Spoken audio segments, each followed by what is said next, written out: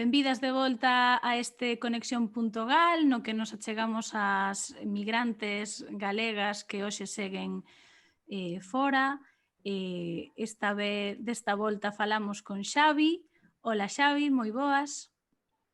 Ola, son Xavier Lobelle Varela, teño 39 anos, nacín en Lugo e agora vivo en Senegal desde hai 3 ou 4 días, porque ata o día 1 de xuño estaba vivindo na Guinea-Bissau. Agora levo fora da Galiza desde 2008, aínda que fixen unha paréntese que estive na Galiza en 2013 e 14, entre Galiza e Madrid, algúns meses. O que máis boto en falta, pois, sinceramente, eu penso que son os bares de rock, do rock and roll. A que me dedico no estranxeiro? Agora traballo cunha organización que todos coñecen, supoño, que é Manos Unidas, nun proxecto de desenvolvemento económico a través de agrupacións de mulleres de perímetros agrícolas e gandeiros, de reforzo da gobernanza e da participación política. Guau, imos comezar por aí, Xavi. Como Vale. chegaches a este proxecto? Bom, eu levo traballando en cooperación desde hai uns cantos anos, a verdad. Traballei en saúde, na Guinea-Bissau comecei, despois fun para Níxer, para o Malí, para Mauritania, en América estive en Honduras, ali xa non traballei en saúde, que traballei noutra cousa, en proxectos de prevención da violencia, e despois pois voltei a Guinea-Bissau en 2015 para traballar nun proxecto de educación, en alfabetización máis concretamente. Estive ali até hai uns días, porque a verdade é que estaba un pouco cansado de estar en Bissau. Unha colega miña que traballa en Manos Unidas pasou o meu posto de Ziguinchor. E presenteime por varias razóns, porque Ziguinchor está ao lado de Guinea-Bissau, pero collo distancia, pero ao mesmo tempo pois voume dali. E tamén está máis fácil chegar a España, eu creo, porque hai avións todos os días para Dakar e de Dakar a Madrid e tal. O de Bissau para ir a Galicia hai que ir a Lisboa, que só hai 2 voos a semana, 2 ou 3, non sei, pero poucos. E despois de Lisboa a Galicia xa non é o que era, porque en vez de utilizar a lógica que utiliza todo o planeta, non somos especiais e non hai maneira de chegar facilmente a Lisboa. Pero bueno, non ten sentido ningún, pero é así. De momento, para a nosa desgraza, é así. Tes toda a razón. Antes había un avión Lisboa-Coruña, pero sacárono, cosa que para mí non fai sentido ningún, pero bueno. Entón decidicheste a descubrir Senegal. Non sei se estiveras antes e que é o que máis te está chocando de chegar. Eu xa estive en Senegal moitas veces, porque Senegal ao final ten moito contacto entre Europa e África, e aínda que seña para viaxar de Guinea-Bissau ás Illas Canarias, porque a organización que traballaba antes, que era Radio ECA, é unha organización canaria, pois había voos das Palmas de Gran Canaria a Dakar, e de Dakar a Bissau está ben conectado. Despois, para outros moitos sitios de África, pasas normalmente por Dakar. Entonces, a Dakar, que é a capital, coñezo a ben, e Ziguinchor, onde estou agora, coñezo ben porque é a zona fronteiriza con Guinea-Bissau, que é dunha rexión que se chama Casamance, que históricamente ten moitos vínculos con Guinea-Bissau. De feito, ten un grupo independentista de Casamance, que non sei se pode chamar independentista, porque o que queren separarse de Senegal, pero gustaríalles ter unha relación con Guinea-Bissau máis próxima. Así que non sei se é independentista ou reorganizacionista. Quere reorganizar o mapa. É iso. E nada, estou aquí, pois ben, de momento. Este proxecto para o que ves traballar, en que consiste exactamente? Como se leva a cabo? Pois traballamos, Manos Unidas normalmente non traballa traballa directamente con organizacións locais no país. Pero como é financiado pola Axencia Española de Cooperación Internacional, esta pide que se traballe cun expatriado, a través dun expatriado. Entón, eu son o representante de Manos Unidas, basicamente, aquí. Traballamos en parcería cunha organización que se chama CEPAS, que, xa leva traballando varios anos con Manos Unidas. Agora estamos facendo desenvolvemento económico, sobre todo de empoderamento das mulleres a través de, como é en comunidades rurais, basicamente a través da agricultura e da gandería. Hai perímetros de produción hortícola, tamén de produción fruteira, porque hai fincas de árbores, de produción, granxas de polos, onde se producen ovos, e tamén de porcos. E como axudades a esas mulleres? Xa entraches en contacto con elas ou ainda levas demasiado pouco tempo? Non, levo pouco tempo. Debería ir a semana que ven, supoño que irei, non sei, na terza-feira ou unha cousa así. Supoño. Irei ver a terreno. A axuda que se lles fai é, basicamente, formación técnica, pero non é só nestes aspectos de produción agrícola, e tamén despois comercialización, pero tamén hai partes formativas en alfabetización, en xestión, hai comités de xestión que reciben unha formación para poder facer todo o seguimento do seu traballo, a súa comercialización, e tamén, pois iso, hai unha parte de empoderamento democrático para a participación, para entrar as mulleres na participación política das súas aldeas, das aldeas nas que traballan. Eso faise a través de comités nos que participan elas, sabes, nos que teñen un pouco de voz e voto e poden facer propostas e todo iso. Ok. En Guinea, que é onde estiveches agora máis tempo, en que estabas a traballar? Tiña dous proxectos, un de alfabetización con mulleres tamén, e outro en saúde e seguranza alimentar, era educación en saúde e seguranza alimentar. Basicamente era unha escola, as mulleres ian ás aulas, en saúde e seguranza alimentar, pois era un pouco sobre paludismo, cólera, desde como se transmite a doenza a como se pode previr, como funciona o sistema sanitario e onde é o que teñen que facer, sabes? E sensibilizalas para ir aos centros de saúde e todo eso. Unha parte de nutrición, outra de higiene tamén, para facer prevención e nutrición, na que se fai actividades culinarias, etc. E despois a parte da alfabetización, que a Guinea-Bissau é un dos países con menor taxa de escolarización e unha das taxas de analfabetismo máis altas do mundo, pois as mulleres están peor, evidentemente, pois se lles dá clase para que aprendan a ler e escribir en portugués, que é a lingua oficial do país. Claro, claro. E falaslles de feminismo? Non hai unha temática específica de feminismo, quero dicir, así xeral. O que sí que hai, por exemplo, agora nas formacións de Manos Unidas sí que hai formación en xénero e vanse programar unhas formacións en masculinidades iba a dicir unha cousa, pero é unha traducción directa do francés, que non sei, feminidades tamén. Así que sí que hai unha parte específica, pero houve formacións en xénero máis xeral, pero non feminismo a nivel ideolóxico, sabes o que che quero dicir? Entendo. Supoño que da temática falarase dentro das formacións. En Guinea-Bissau non, porque é unha formación máis específica, alfabetización e punto. O que sí que é verdade que ten bloques temáticos, que se fala de medio ambiente, cousas, de varios temas. Medio ambiente foi o primeiro que se me ocurriu, pero sempre se fala de moitas cousas para que aprendan tamén, teñan unha noción de cousas sociais e todo iso. Eso na Guinea-Bissau. E ti, Xavi, por que te decidiches pola cooperación? Bueno, porque cando estaba facendo psicoloxía, eu fixen psicoloxía, eu o que quería era facer algo que tivese un pouco de impacto no benestar das persoas.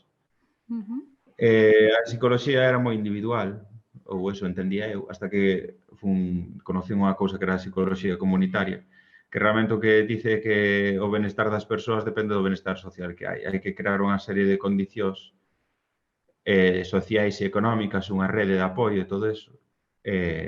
Básicamente que se está mellor da cabeza canto mellor se está no, canto menos problemas de pobreza tes, menos tes unhas mellores condicións de vida e todo iso.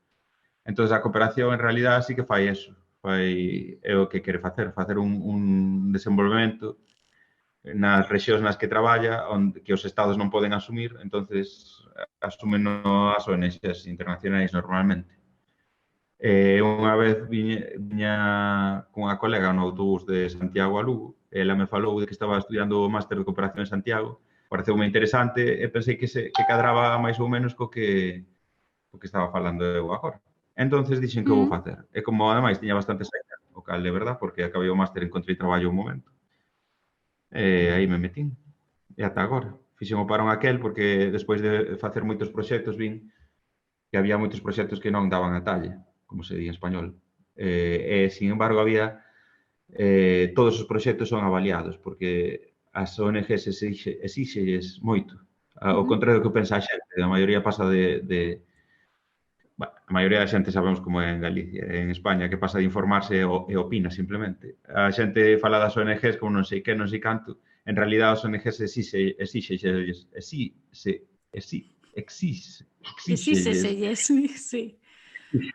moito. Faiselles a avaliación de como van os proxectos sempre. Tío. Eso non ocorre noutro ámbito. Entón, vin que había avaliación e moloume o da avaliación e fixen un máster en avaliación dai. Entón, avalías como saen os proxectos, eso despois envíaselle ás persoas beneficiarias, aos financiadores e ás propias executoras e dai ven onde poden mellorar e como facer as cousas mellor. Ese foi o parón que fixen, pero despois metíme outra vez a executar proxectos con Radio ECA en 2015 en Guinea-Bissau. E o primeiro sitio polo que comezaches, cal foi? Foi Guinea-Bissau. Foi Guinea xa. Sí, sí. E logo... Un país que non conoce ninguén, eu recomendo moitísimo. É maravilloso. O tema de estes prexuizos que podemos ter en canto a seguridade e cousas así, nunca viviches nada? Non, eu vivi nun dos países máis perigosos do mundo, que é Honduras. Pero, bueno, os países africanos que eu vivín son moi tranquilos. Vivín en Níger e Mali, que son super tranquilos, pero claro, hai unhas medidas de seguridade grande porque aínda que o día a día seña tranquilo, naquel tempo estaba Al-Qaeda e esas cousas, que é mellor evitalas, porque secuestran xente. Sí. Casi sí, mellor. Bueno, tamén, entonces, estiveches en puntos moi quentes. Non sei se desde hoxe, digamos, ti a primeira vez que marchaches pensaches que ibas a estar tanto tempo fora da casa? Non sei se eu pensei, non me acordo. Non teño nin idea. Non te vías a ti mesmo como un migrante, non? Bueno, eso posiblemente sí, porque eu sempre, desde pequeniño, sempre tive moito interese en como era o mundo. Interesaba moito a xeografía e coñecer o que acontecía nos países, nos diferentes sitios do mundo. Entonces, emigrante non sei, o mellor máis turista querería ser. O mellor ser rico e non traballar tamén estaría ben, pero bueno. Tivo que ser desta outra maneira e así.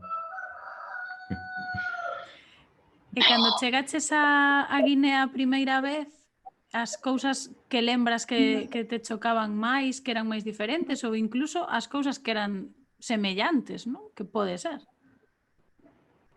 O que acontece que hai unha cousa que me sorprendeu un día, quero dicir, sorprendeme habitualmente, pero cada vez que ven alguén novo, pero hai un rapaz que veu uns días, veu hai un ano ou dous de Sevilla, que estudou Historia e estudiou Económicas. Entonces controla moito de Economía e Historia. E a él lle sorprendían moitas cousas de Guinea-Bissau. E eu dicía, pero como é posible? Tío, tendo esa base que tes, deberías imaginar un pouco como é o día a día. E a min é algo que me sorprende. Ti, antes de ir a un sitio, se tes controlas un pouco como funciona o mundo e a él pásalle, como a economía e todo eso, pois desde dar por feito que pois en Guinea-Bissau se non se produce queixo, pois é difícil encontrar queixo barato, evidentemente. Pois a él lle sorprendían esas cousas. E Entonces eu creo que non me sorprendiu, non me sorprenderon moitas cousas así especialmente, de antemao. É verdade que despois fun aprendendo moitas cousas que non era consciente porque non as estudias nos libros ou nos documentais. Pero bueno, o día a día é moi diferente, evidentemente, porque Guinea-Bissau é un país que non pasou a revolución agrícola, nin pasou a revolución industrial, nin ten un estado formado, nin... Entón, hai moitas cousas, a percepción do tempo é moi diferente, a sexualidade é moi diferente, o entender a necesidade de gañar a vida para o futuro é moi diferente.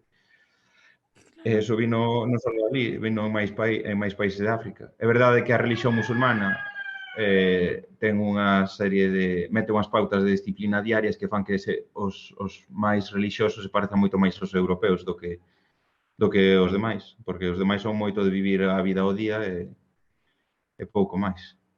Non sei. Bueno, pero moitos choques, supoño que tamén aprendes a vivir con menos cousas, non? Bueno, eu sempre fui moi austero. Tampouco cambiei moito neso. Sabes? Pero sí que vexo que hai xente que cambia moito, hai xente que cambiou moito para ben, sabes? Hai persoas que viñeron a África que eu penso que son mellores persoas agora tamén, das que coñecín eu. Non sei. Hai moita xente, tío, que me sorprende porque veñen en plan con mentalidade imperialista, un pouco racista incluso, ali a facer negocio ou sacar tal, e de repente, despois duns anos, aprenden a ser, non sei, creo que hai algo maravilloso, tío, en misturarse ca xente, tío, que fan cambiar as persoas, e iso é tan bonito, non sei. Iso é bueno, que chamamos o valor da diversidade, non? Que moitas veces podemos dicilo, pero ata que non o experimentas realmente non sabes a forza que ten. Home, tamén é moi interesante ver que hai xente, porque eu que che digo, eu sou moi reflexivo antes de... Eu penso que xa teño unha actitude diferente antes, pero imagínate que eu son racista e vou a África. Quero dicir, a mí me sorprende que a xente cambie tanto, sabes? Porque eu non creo que fose con certos prexuizos e todo eso a vivir nun sitio, sabes? Pero hai xente que sí. E o bon de todo isto é vendo que hai xente que é antagonista a ti, que aínda así pode cambiar. Eso é super guai, tío, porque podes pensar que un tío é un capullo toda a súa vida, pois é mentira, non ten por que ser. Só con enseñarlle un par de cousas, tío, e con esforzarse en dicirlle como son as cousas. Ou non tens que esforzarse, só con misturarte con el, demostrarlle no día a día, tío, é bastante interesante eso. Sociolóxicamente, bueno, ou de estudos desta psicoloxía comunitaria, pensaches en facer algún estudo ti propio por aí mentres estás ou en preparar algún traballo? No, xa estou un pouco sobrecargado do traballo normalmente, como para facer cousas a maiores. Pero bueno, tanta experiencias terás dabondo, non? Para comentar. Sí, eu creo que sí que teño cousas interesantes, tío. Eu vivo en cousas que creo son interesantes, pero a verdad que, sabes, ás veces me dicía xente, tens que escribir a cousas que vives, pero a mí dame unha pereza enorme, tío. Ademais que xa o día a día é bastante desgastante estar a 30 e pico graus de temperatura todos os días. Non calquera os aguante, sabes? Claro. Sabes, eu prefiro facer cousas máis livianas despois. Que algo que, quero dicir, livianas para min, ou para outro mellor escribir e contar as súas historias é fácil, para min non. Bueno, eso claro. Eu teño curiosidade de se agora que hai pouco estiveches en Galicia, pois que era esa cousa que tiñas anotado para facer sí ou sí, porque entendo que levabas un tempo sen poder ir, non? Tamén por cousas de pandemia e así. Eu non tiña nada apuntado que tiña que facer sí ou sí. Non, digo A declaración de Hacienda, supoño. Que tiña que ser. No, bueno, pero ver aos amigos e ir a bares de rock, digo eu, non? O que pasa é que ao final son tan cumplidor que por ver amigos e familia, pois deixo de facer cousas que quero, sabes? Non sei. Eso sempre foi un erro meu, pensar nos demais en vez de pensar en min. Pero sí. De todos os xeitos, cando estive en Madrid fun de marcha algún garito guapo, eso é verdade. Bueno, menos mal que en Madrid tiñas abertos os bares, porque en Lugo non. Bueno, abertos, quero dicir, limitadamente, porque a medianoite e media había que pirarse. Porque por moito que diga Ayuso, é moi fácil vender a palabra libertad, porque sona moi ben, pero é mentira todo despois. Bueno, temos que puntualizar que nos estamos falando estamos a principios a comezos do verán neste momento, entón a situación Sí, está pero como ahora xa está. está máis relaxado, non? En Galicia, ou que? Agora comeza a estar, sí, vai comezar a estar, claro. Ah, vale, vale, Sí, vale, sí, está sí. ben. Eso, xa disfrutastes do... Ah, non, é hoxe o San Xoán. Claro. Foi antonte, de feito, sí, sí. O Como sea, foi entonces, onte, non? foi a noite de esta noite pasada, Ah, claro. vamos. Agora estou perdido, pois xa non sei se era hoxe ou onte. Sí, bueno, Pois nada. o día como tal é hoxe. Esas cousas son, ves, tamén pode que, non sei se as boto de menos de verdade, sí, pero, por exemplo, ir de garitos de rock é algo que boto moito de menos.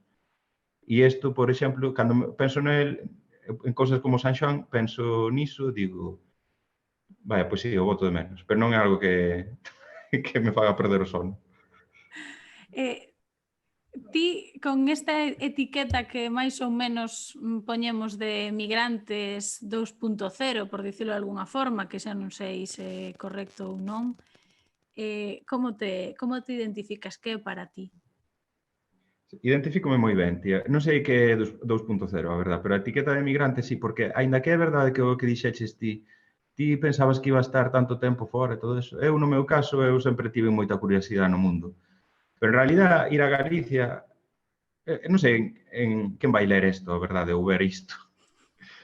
Pero Galicia non ten moito futuro, eh? Eu non sei, a xente moito Feijóo, pero Feijóo o único que fixo nos últimos anos é danar o futuro de Galicia. Cada vez emigra máis, a xente segue emigrando moitísimo. Desde que entrou el no poder, non houve un cambio significativo para nada. O que sí é que se vende moi ben nos medios de comunicación. Podo dicir isto no teu medio de comunicación? Podes dicir aquí, podes dicir o que queiras. Non, digo xo de verdade. Que eu vexo a tele de Feijóo, tío, fala mal o galego, sin embargo, atrae moitos galegofalantes. É Os, ben os certo, votantes de... é ben certo que as taxas de migración en poboación moza non deixaron de aumentar desde que comezamos a sufrir a crise de 2008, non? É que políticamente Feijóo é unha catástrofe xigantesca. O que pasa é que, claro, eso a xente nunca é consciente, nunca nun país do mundo a xente é consciente cando ves os medios de comunicación, porque el na tele sale dicindo, falando unhas cousas que Galicia é increíble. Encima, el non fai política, el fai chegar os sentimentos das persoas. Cando baixas o logo do PP na campaña electoral dis Galicia, Galicia, Galicia, pareces máis Ana Quiro que Pablo Casado, evidentemente. Pero Entón é máis bueno, fácil que te vote.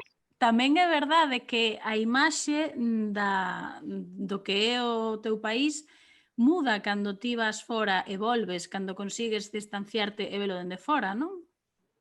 Sí, eu vexo peor aínda, vexo catastrófica Galicia. Se non estivésemos na Unión Europea sería como estar en Guinea-Bissau. Pero claro, en Galicia temos unha cousa xenética que non sei que nos dá aos galegos por que a cousa non funciona, pois vámonos. Por iso está guai o concepto de migrante. Eu son un migrante. É verdade que eu en raíz son diferente, porque eu fume de Galicia porque non por necesidade, senón porque eu quixen. Pero Claro. moitos galegos vanse por necesidade e non lles pesa moito tampouco, porque non é como outra xente. Falamos moito da morriña, pero dillete algúns de outras zonas de España que se vayan de onde son eles, que lles costa bastante a nós, non? Porque somos moi individualistas e moi botados para diante, iso é verdade. Pero a verdade é que a xente non é consciente do terrible que é Galicia. Galicia sería moito millón, está bastante ben porque estamos na Unión Europea. E porque hai moita xente que se vai e gaña cartos fora, porque en Galicia non se pode gañar a vida ninguén. É un desastre. E non é cousa de España, non é cousa do goberno central, é cousa do goberno... Bueno, non sei se podo dicir estas cousas, a verdade.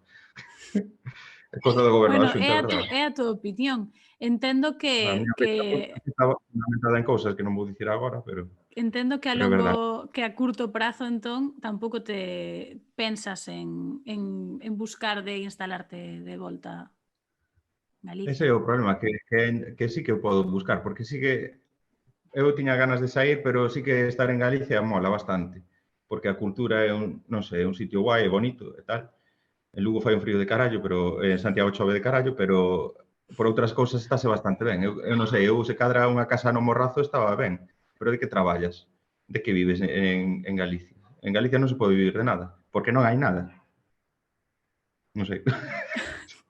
Estásme deixando un panorama moi cru desde aí, É que desde o é, Senegal. sabes? Bueno, está guai que cho diga. Sí, bueno, en Senegal as cousas están peor, evidentemente, pero África está mal, pero está indo para adiante. En Galicia estamos vivindo da Unión Europea. Ou non? É verdad. Home, está claro que sen os fondos da Unión Europea pois estaría a cousa moito máis difícil, iso é verdade. Evidentemente, evidentemente. É que un país non nos levantan os autónomos, como se escoita moito en España dicir a xente. É verdade. Bueno, Temos perdón, falado liar. moito neste programa Sí. das diferencias que hai no mercado laboral español e o doutros países, non? Ti non sei ata que punto puideches medilo, porque realmente coa túa forma de traballar tampouco é que tiveras que buscar traballo fora, non? Pero... No, é eso que digo, que eu non son un privilexiado dentro dos migrantes.